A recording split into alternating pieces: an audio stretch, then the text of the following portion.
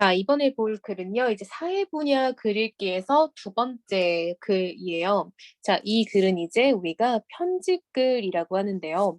자, 여기 보면요, 편집글이라고 되어 있죠. 그러니까 말 그대로 사실 편지 형식의 글이다라는 거예요.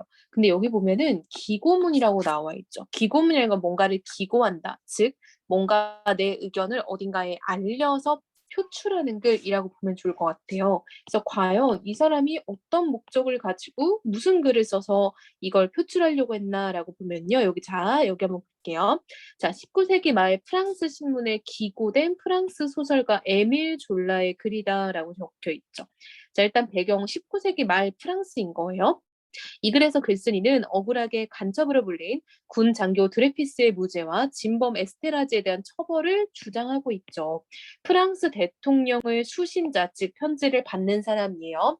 사건을 개괄하고 이 사건에 책임이 있는 주요 인물을 일일이 고발하고 있대요. 글쓴이는 국가 권력과 대중의 여론에 맞서야 하는 불리한 상황에서도 진실을 밝히고 정의를 세우기 위해 불이익을 감수한 심정으로 이 글을 썼다라고 적혀 있죠. 자, 즉, 이 에밀 졸라라는 이 소설가가 지금 잘못된 재판에 대해서 고발을 하고자 이 글을 썼다라고 볼 수 있겠죠. 자, 수신자를 정하고 그를 설득하는 형식을 취하고 있다라고 되어 있는데 이 글의 수신자는 금방 우리가 읽은 것처럼 프랑스 대통령이에요. 그쵸? 그래서 구체적인 수신자가 있다. 이 점을 명확히 봐야겠죠. 주장의 정당성을 밝히기 위해 구체적인 사실을 근거로 하고 있다라는 거. 그 사건과 관계 있는 여러 인물들의 잘못된 행위를 구체적으로 밝히고 있다. 자, 이거 구체적인지 추상적인지는 늘 상대적이잖아요. 그러니까 이런 좀 내신 대비를 할 때는 교과서, 자습서나 평가 문제집에 언급돼 있는 말들을 좀 잘 체크를 해야 될 것 같아요. 그래서 지금 프랑스 대통령을 설득하는 것이니까 설득절이고 나름 자신의 주장에 대해서 논리를 펼치고 있으니까 논리적이겠죠. 그리고 잘못된 재판에 대해서 비판을 하고 있으니까 비판적 성격의 글이다라고 볼 수 있겠죠. 자, 그럼 한번 우리가 편집글을 읽기 전에 과연 어떤 사건이었는지 한번 좀 읽어보고 정리를 해봅시다. 자, 1870년 프랑스는 독일과의 전쟁에서 패배한다. 즉, 지금 시대적 배경이 제시되고 있죠.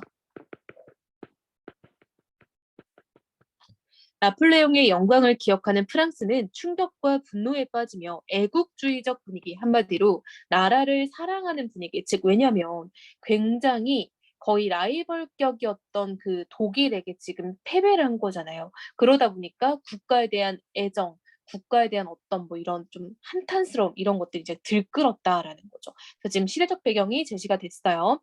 1894년 육군 참모부 소속 유대인 장교인 드레피스가 적국 독일에 기밀을 팔아넘긴 혐의로 군사 재판에 회부된다. 그는 드레피스겠죠. 유죄 판결을 받고 장교직을 박탈당하며 대서양 작은 섬에 종신 유배된다. 종신이라는 거 이제 평생 동안이라는 거예요.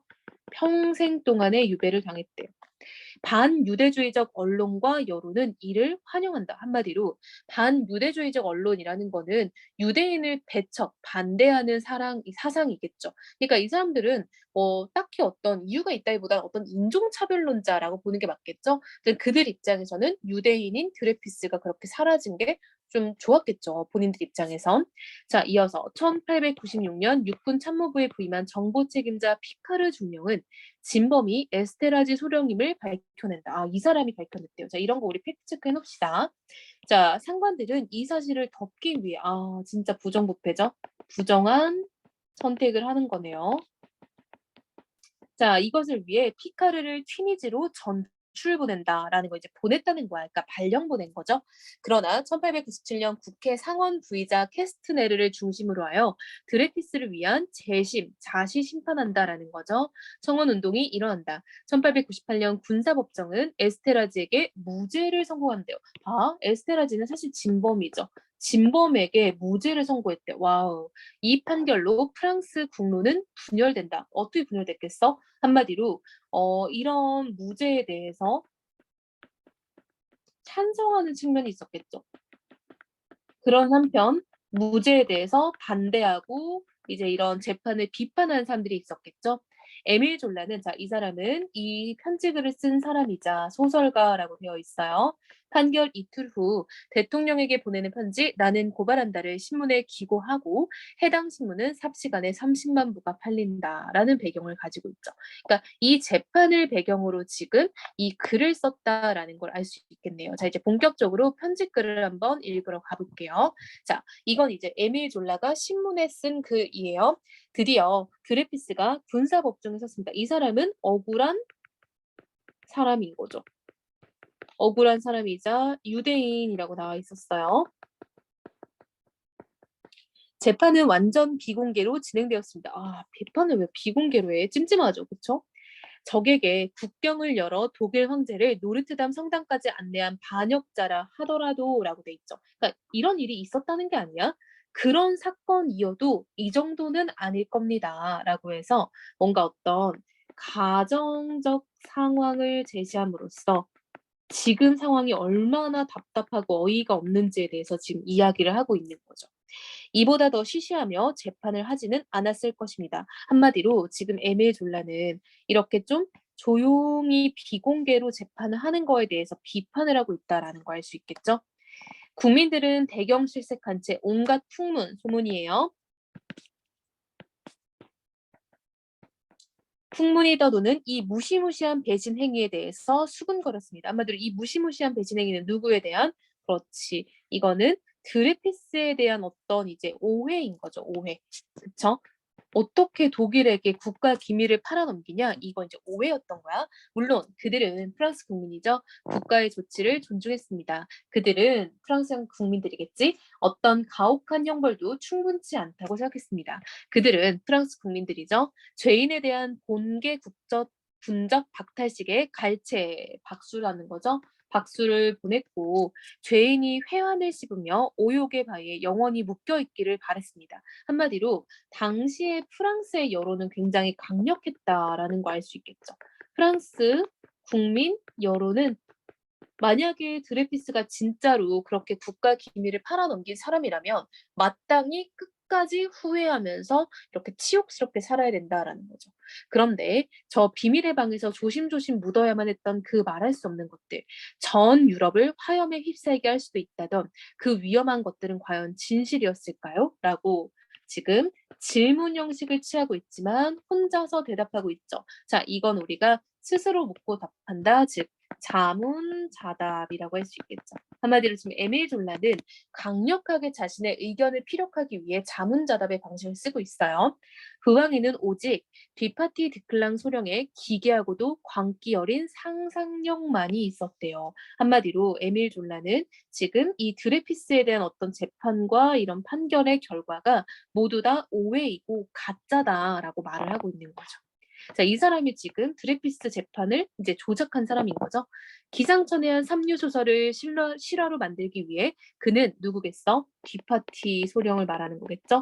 모든 사건을 날조했습니다. 한마디로 다 거짓으로 만들었다라는 거죠. 자, 기상천외한 삼류 소설이라는 건 뭐겠어? 그치? 자, 이 바로 드레피스를 이제 좀 거짓으로 판결하기 위해서 상상력으로 꾸며낸 이야기들을 지금 삼류 소설에 비유하고 있는 거죠. 비유예요. 진짜 소설은 아니잖아요. 군사법정에서 낭독된 기소장을 주의 깊게 살펴보면 이 사실, 어떤 사실, 이런 어떤 조작된 사실은 금방 드러납니다. 아, 영단법이죠. 감탄사가 쓰이고 있네요. 이 얼마나 어처구니 없는 기소장인가요? 라고 해서 에밀 졸라의 생각이 지금 단적으로 드러나고 있다. 단적이라는 거는 꾸밈없이 그대로 드러난다라는 거야. 이런 기소장으로 한 인간에게 유죄 판결이 내려진다면 그것이야말로 불의, 즉 잘못된 의의 극치입니다. 마지막입니다. 라고 해서 지금 에밀 졸라는 굉장히 표현이 강력한 걸 알 수 있어요. 저는 정직한 사람이라면 이 기소장을 읽고 저 악마도에서 말도 안 되는 속죄를 강요당하고 있는 한 인간, 즉 드레피스를 말하는 거죠. 생각하면서 참을 수 없는 분노를 느끼고 반항의 외침을 내드리지 않을 수 없으리라고 장담합니다. 드레피스는 수개국어를 구사합니다. 유죄. 그의 방에서는 위험한 서류가 한 장도 발견되지 않았습니다. 유죄. 그는 가끔 조상의 나라에 방문합니다. 유죄. 그는 근면하며 모든 것을 알고자 할 정도로 지식욕이 강합니다. 유죄. 그는 마음의 동요를 일으키지 않습니다. 유죄. 그는 마음의 동요를 일으킵니다. 유죄. 얼마나 터무니없는 내용이며 얼마나 황당한 주장인지. 자, 여기 보세요. 지금 나열을 하고 있어요. 뭘 나열을 하냐면 당시 재판에서 그리피스가 왜 간첩인지에 대해서 이러한 증거를 지금 냈다라는 걸 알 수 있겠죠. 자, 보세요. 지금 이 부분이 바로 드레피스가 간첩이라는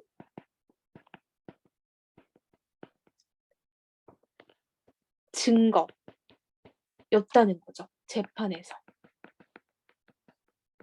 근데 이 증거들을 봐봐. 내가 여러 나라 말을 할 수 있다고 해서 그게 유죄예요?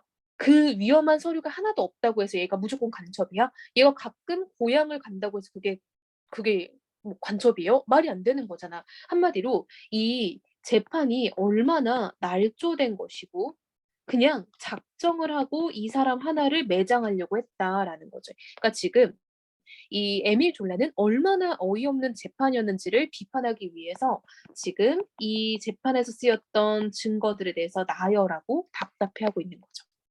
자, 얼마나 터무니없는 내용이며 얼마나 황당한 주장인지라고 자신의 어떤 생각을 좀 단적으로 드러내고 있어요. 기소 항목은 모두 14가지였습니다. 그런데 결국 문제는 오직 한 항목, 즉 명세서입니다. 우리는 필적 전문가들의 의견이 일치하지 않았다는 사실과 그들 중 한 명인 고베르 씨가 참모본부의 의도대로 결론을 내리지 않았기에 험악한 처우를 받았다는 사실도 알고 있습니다. 한마디로 이 명세서라는 증거가 있었는데 이 명세서는 필적 전문가, 즉 한마디로 어떤 사람들의 글씨체를 분석하는 사람들이 이거는 드레피스의 글씨다, 아니다, 의견이 갈렸다는 거죠. 그리고 그 필적 전문가 중에 한 명인 고베르 씨가 이거는 드레피스의 글씨체가 아니다라고 말했더니 그 사람이 굉장히 불이익을 당했다라고 얘기를 하고 있는 거죠. 법정에는 23명의 장교가 드레피스를 생매장할 증언을 하러 왔었습니다. 한마디로 작정하고 지금 온 거죠. 작정하고. 우리는 지금도 신문이 어떻게 진행되었는지는 모르지만 왜 몰라? 비공개니까. 그쵸? 그래도 그들 모두가 드레피스에게 불리한 증언을 한 것은 아니라는 점만은 분명합니다. 그런데 한 가지 주목할 것은 그들 모두가 국방부 소속이었다는 사실입니다. 한마디로 국방부가 지금 이 드레피스를 이제 간첩이라고 고발을 하고 재판을 한 거잖아요. 근데 모든 증인이 다 국방부 사람들이야. 그러니까 이미 입을 다 맞추고 짝짝꿍하고 왔을 수 있다라는 거죠. 말하자면 모두가 한 통속인 가족 재판이었던 셈입니다. 그 점을 잊지 마시기 바랍니다. 참모본부가 재판을 원했고 판결을 내렸습니다. 그리고 방금 막 두 번째 판결을 내렸습니다. 어떻게? 드레피스에게 불리하게. 명세서가 유일한 물증이었지만 필적 전문가, 글씨체 감명하는 사람이라고 했어요. 전문가들조차 의견 일치를 보지 못한 상태였어요. 한마디로 누군가는 드레피스의 글씨가 맞다, 누군가는 아니다라고 말한 거죠. 군법 회의 재판관들이 당연히 무죄 판결을 내릴 것이라는 소문이 돌았습니다. 참모본부가 유죄 선고를 정당하기 위해 한 장의 기밀 서류의 존재를 주장하기 시작한 것은 바로 그때부터입니다. 봐봐. 지금 사람들에게는 이거 무죄다라는 소문이 돌았대. 그랬더니 갑자기 없던 어떤 증거가 나왔다는 거야. 그치? 그러니까 사람들이 이 드레피스에게 죄가 없다라는 여론이 만들어지니까 갑자기 없던 증거가 하나 생긴 거야. 일반에 공개할 수 없는 기밀 서류, 모든 것을 정당화해주는 기밀 서류, 우리가 경배해야 할 기밀 서류, 볼 수도 없고 알 수도 없는 전지전능한 신과도 같은 기우법이죠. 기밀 서류가 등장했다라고 지금 이걸 계속 반복적으로 얘기를 하고 있죠. 자, 이렇게 반복적으로 기밀 서류라는 말을 여러 번 한 이유 뭐야? 지금 비꼬는 거죠. 정말 대단한 기밀 서류, 정말 이런 기밀 서류라고 해서 반복적으로 표현을 함으로써 에밀 졸라는 굉장히 황당하고 답답하다라는 걸 지금 표현을 하고 있는 거죠. 그러니까 비꼬는 뉘앙스인 거야. 저는 그 기밀 서류의 내용을 온몸으로 부인합니다. 한마디로 웃기는 서류입니다. 굉장히 강하죠, 워딩이. 그렇습니다. 여자들 이름으로 오간 이 서류, 이 편지의 내용 가운데 D라는 이니셜로 불리는 자가 등장한다고 합니다. 그런데 이런 편지가 선전포고 없이는 공개할 수 없는 국방 관련 기밀 서류라니요. 아닙니다. 아니고 말고요. 그것은 거짓입니다. 라고 얘기를 하고 있죠. 봐봐. 그러니까 이게 진짜로 간첩의 일이고 이게 정말로 국가 간의 정보를 팔아넘긴 일이라면 그 당시에 이런 일을 하는 건 다 남자잖아요. 그러니까 군인도 남자고 정치인도 남잔데 여자들의 이름이 적혀 있는 서류가 어떻게 국제 문서가 되겠어요. 그쵸? 그리고 여기에 D라는 이니셜이 하나 있다고 그게 드레피스라고 말하는 것도 어이가 없다라고 말을 하는 거죠. 그래서 지금 에밀 조나는 말이 안 됩니다라고 얘기를 하는 거죠. 아무런 양심의 가책도 없이 새빨간 거짓말을 늘어놓다니 정말 가증스럽고 파렴치한 사람들입니다라고 워딩 굉장히 강하죠. 그들은 국민 감정 뒤에 몸을 숨긴 채 무사람의 가슴을 동요시키고 정신을 왜곡하고 입을 막고 있습니다. 저는 이보다 더 큰 국민 범죄는 본 적이 없습니다라고. 자, 국민 범죄는 공공의 범죄다라는 거죠. 자, 이때 국민 감정 우리 아까 말했던 애국주의 정서 말하는 거죠. 애국주의적 정서를 가지고 어떤 루제인을 배척하는 그런 국민들과 함께해서 지금 한 사람을 매장하고 있다는 거죠. 대통령 각하, 이 사람이 지금 수신인이죠. 현재 수신인. 바로 이렇게 해서 사법적 오판이 저질러졌습니다. 그러니까 사법적으로 오류된 판결이라는 거야. 잘못된 판결이라는 거죠. 게다가 드레피스의 도덕성, 부유한 환경, 범죄 동기의 부재, 끝없는 무죄의 외침은 그가 디파티 드클랑 소령에 기발한 상상력, 그를 둘러싼 종교적 환경, 우리 시대의 불명예인 더러운 유대인 사냥 등의 희생자였음을 더욱 확신하게 합니다. 라는 거죠. 그러니까 얼마나 이 유대인에 대한 인종차별이 심했으면 이런 드레피스 하나를 매장하는데 이렇게 국민들이 다 동조하고 있을 수 있냐 이런 거겠죠. 자, 이제 에스티라지 사건을 보겠습니다. 이 사람이 진범이죠. 드레피스 사건이 시작된 지 3년 흘렀습니다. 양심적인 많은 사람이 그동안 깊은 고통과 불안을 느꼈고 마침내 드레피스의 무죄를 확신하게 되었습니다.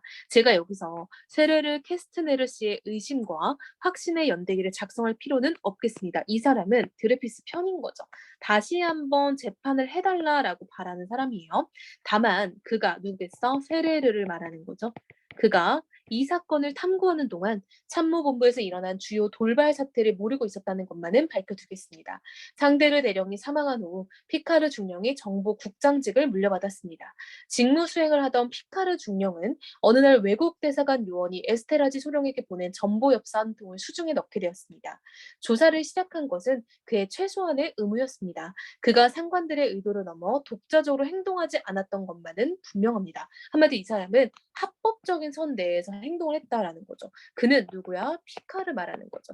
그는 즉각 자신의 의심을 직속 상관인 공수 장군에게 보고했고 누가? 그러니까 한마디로 지금 피카르라는 그 우리 아까 이 사람이 진실을 밝히려다가 튀니지로 전출당했던 사람이죠. 그 다음 부아테프르 장군, 그 다음 메르시에 장군에 이어 국방부 장관이 된 비오 장군에게 보고했습니다. 이렇게 여러 지금 루트를 통해서 가게 됐죠. 사람들의 입에 수없이 오르내린 그 유명한 피카르 문서는 실은 비오 문서였던 것입니다. 말하자면 그 문서는 장관을 위해 부하가 작성한 문서이며 지금도 틀림없이 국방부에 보관되어 있는 문서입니다. 조사는 1896년 5월부터 9월까지 진행되었습니다. 여기서 특히 강조해야 할 것은 조사 결과 공수장군이 에스테라지의 유죄를 확신했다는 사실과 즉 한마디로 알면서 덮었다라는 거죠. 그리고 부아테프르 장군과 비오 장군이 명세서의 작성자가 에스테라지라는 것을 의심하지 않았다는 사실입니다. 피카르 중령의 조사는 이런 사실을 명백히 입증했습니다. 한마디로 드레피스의 잘못이 아니라는 거 알았다는 거죠. 충격은 엄청난 것이었습니다. 왜냐하면 에스테라즈의 유죄 선고는 필연적으로 드레피스 사건의 재심을 초래할 것이고, 왜냐하면 드레피스는 억울하니까 다시 한번 재심을 해줘야겠죠. 그것은 참모본부가 어떤 대가를 치르고서라도 막아야 할 것이기 때문이었습니다. 한마디로 우리 군이 잘못했다라는 거를 인정할 수 없기 때문에 무슨 일이 있어도 그 재심은 막아야 됐다라는 거죠. 한마디로 피카르에 의해서 진실이 밝혀졌음에도 불구하고 이 군인들은 이것을 은폐하기 위해서 모두가 짝짝꿍을 했다라는 거예요. 잠시 고뇌에 찬 심리적 혼란이 있었음에 틀림없었습니다. 그때만 해도 비오 장군은 드레피스 사건과 아무 관련이 없었다는 사실을 주목해 주십시오. 몹시 깨끗한 채로 장관직에 취임했기에 그는 충분히 진실을 밝힐 수 있었습니다. 그렇지만 아마도 여론에 대한 공포 때문에, 그리고 부하테프르 장군, 공수 장군, 부하 장교 등 참모본부 전체를 파멸시킬지도 모른다는 걱정 때문에 그는 누구겠어요? 여기 있던 비오 장군인 거죠. 감히 그렇게 하지 못했습니다. 뭘 못했어? 재심을 다시 해야 된다라는 거죠. 한순간 자신이 군의 이익이라고 생각하는 것과 양심 사이에서 갈등을 하기는 했겠죠. 군의 이익은 뭐겠어? 그쵸? 재심을 안 하는 거. 그쵸? 양심은 뭐겠어? 재심을 하는 것을 말하겠죠. 하지만 그 순간이 지나자 만사가 끝이었습니다. 강은근은 이 사건에 끌려 들어갔습니다. 그때부터 그의 책임은 커져만 갔고 다른 사람들의 책임까지 떠맡게 되었습니다. 왜? 비오 장관이 진실을 밝히지 않았기 때문에 이제 그 사람은 이 사건에 연관이 됐다라는 거죠. 그는 비오 장군이죠.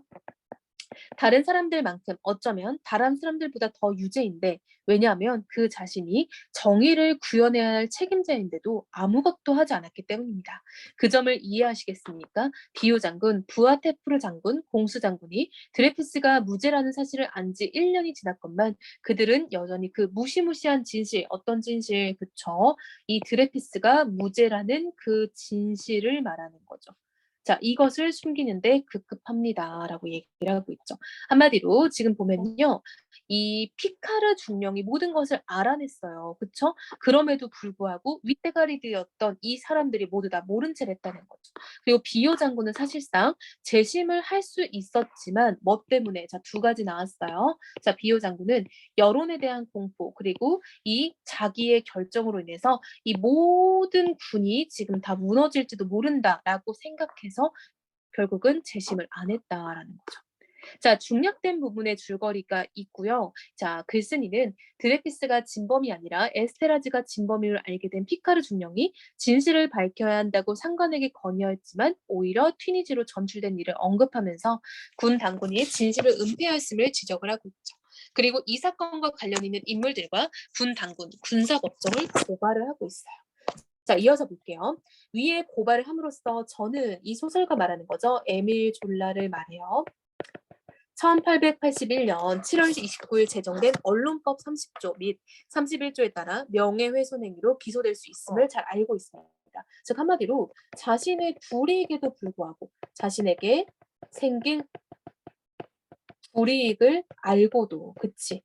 이것을 감수하고도 이 편지를 썼대요. 그러므로 저의 행위는 순전히 의도적인 것입니다. 한마디로 나는 알면서 지금 이 글을 쓰는 거다라는 거야. 제가 고발한 사람들에 관한 한 저는 그들을 알지도 못하며 단 한 번도 만난 적도 없고 그들에게 원한이나 증오를 품고 있지도 않습니다. 그들은 제게 사회 악의 표본일 뿐입니다. 그러니까 즉 이 글쓴이는 어떤 개인적 감정 때문이 아니다라는 걸 밝히는 거죠. 자, 나는 개인적 감정 때문이 아니라 정말 그들이 잘못했기 때문에 그 점에 대해서 나는 말하는 거다라는 거야. 그리고 오늘 저의 행위는 진실과 정의의 폭발을 앞당기기 위한 혁명적 수단일 뿐입니다. 한마디로 나는 진실을 밝히기 위해서 이 편지를 쓴 것이다라는 거죠. 저는 그토록 큰 고통을 겪은 인류, 바야흐로 행복 추구의 권리를 지닌 인류의 이름으로 오직 하나의 열정, 즉 진실의 빛에 대한 열정을 간직하고 있을 뿐입니다. 저의 불타는 항의는, 즉 이 기고문을 말하는 거겠죠. 저의 영혼의 맺힘일 뿐입니다. 즉 양심의 선언이다라는 것이죠. 부디 저를 중재재판소로 소환하여 푸른 하늘 아래에서 조사하시기 바랍니다. 기다리겠습니다. 존경과 더불어 인사드립니다. 대통령 각하, 즉 수신인이죠. 안녕히 계십시오라고 해서 기고문을 지금 마무리하고 있죠. 한마디로 나는 개인적 감정이 전혀 아니라 나는 이 잘못된 행위에 대해서 고발하고자 이 편지를 쓴 거고 자기는 이렇게 양심에 어긋나는 어떤 재판을 내린 이 군 참모부와 그리고 진실을 알면서도 은폐한 이 사람들에 대해서 고발하겠다라는 거죠.